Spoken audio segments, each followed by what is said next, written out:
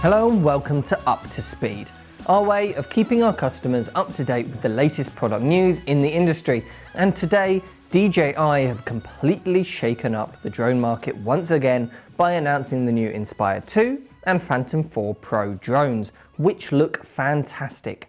I am genuinely excited by these drones, and the main reason is the cameras on them. All too often, drones are fantastic flying platforms with an okay camera recording heavily compressed footage, even if this is in 4K. This is all about to change, as DJI's announcement was just as much about the cameras themselves as it was about the rest of the drone. Just as a heads up, I'm going to spend more time in this video talking about the Inspire 2, as there's a lot to talk about and it's very exciting. The Phantom 4 Pro looks like a fantastic option, which I'm sure will be very popular indeed with you guys. But in many ways, it is simply a way of getting some of the exciting new features from the Inspire 2 into a portable and more affordable body. So let's look at the Inspire 2. The system is based on two new cameras, the X4S and the X5S. These are very different, and so I'll run you through each one, but it is important to understand that they are separate products. If you look at the Inspire 2 on our website, for example, that is actually just the drone unit itself, and the camera gimbal isn't included in that box. You need to add either the X4S or the X5S as well to be up and filming. We do some bundles, which will make things easier, and I'll link those to you below. So the X4S is the lower cost option of the two choices. It has a 1-inch sensor inside, which will mean better low light and depth of field than the previous X3 camera had. Plus, it has a fixed lens with a field of view of around 24mm on a full-frame camera. DJI claim a dynamic range of 11.6 stops, and apparently there's a new mechanical shutter system. The details of this are not yet clear, but DJI say it will help reduce the rolling shutter, which would be a fantastic addition, as that is a major drawback of all drone cameras right now. The X5S is a slightly different beast. It's a bit larger, and you get a micro four thirds sensor with interchangeable lenses. It's compatible with 10 lenses now, which will give you some creative flexibility. The previous X5R camera could only use a select few lenses, so this is great to see. Plus, DJI claim a dynamic range of 12.8 stops here, and the same mechanical shutter system to reduce rolling shutter.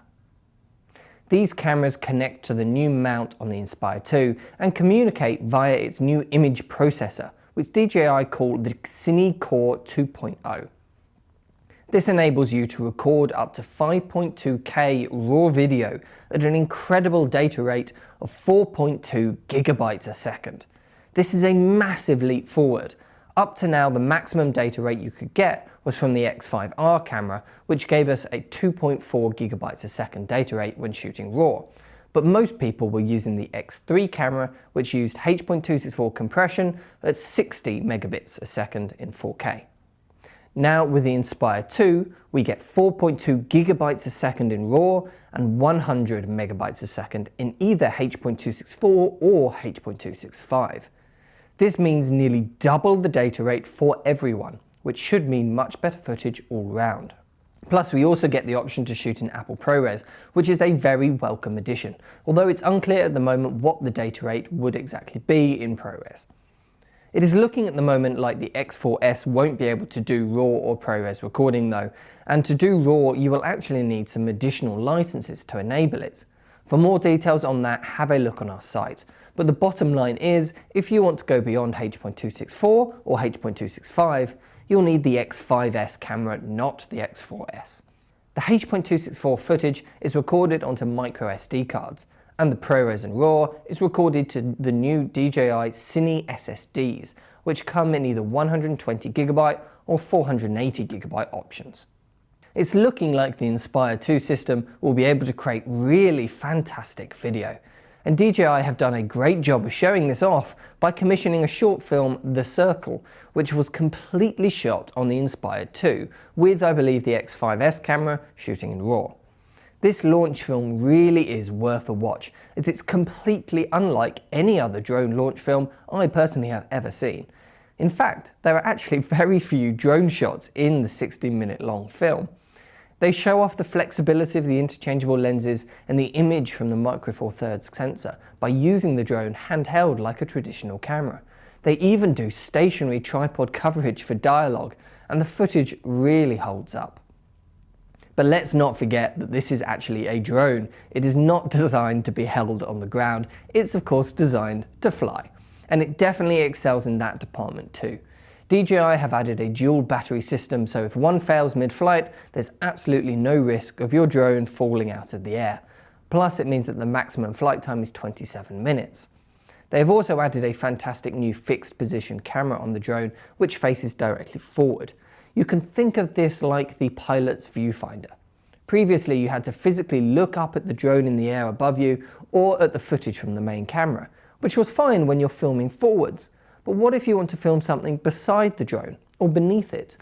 Well, now you can always see what's in front of the drone regardless of where the main camera is pointing. Plus, it really helps with DJI's tap to fly feature, as you don't have to interrupt the filming to tell your drone where to fly automatically. You just tap on where you want to go on the fixed position camera. There is a whole load of new flying features, far too many to go into here, but have a look at the details on our website if you'd like to know more. So that's the Inspire 2. But what about the Phantom 4 Pro? Well, this is also pretty exciting, as it takes some of those new camera features of the Inspire 2. It has a built-in camera, but this now has a 1-inch sensor inside and almost 12 stops of dynamic range. You don't get any RAW or ProRes recording here, but you will get the improved data rate of a 100 megabytes a second in H.264 or H.265 recording, meaning much less compressed video. You get a 30-minute flight time and a 4.3-mile range on the controller, plus a complex obstacle avoidance system to avoid any mishaps. So it really is a powerful, powerful drone. DJI have also announced some new screens, which you can use instead of attaching your iPad to the controller. These are high brightness monitors, so should be viewable outside, and should have less delay than we're used to when using iPads as monitors.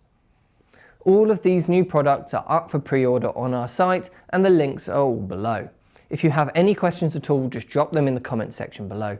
I really hope that you're all just as excited as I am about these new drones. DJI are really on top of their game at the moment. But what do you think? Which features are you most pleased to see? Let me know in the comments section, and make sure to like the video and subscribe to the channel, as it really does help us out. Thanks for watching, and I'll see you in the next video.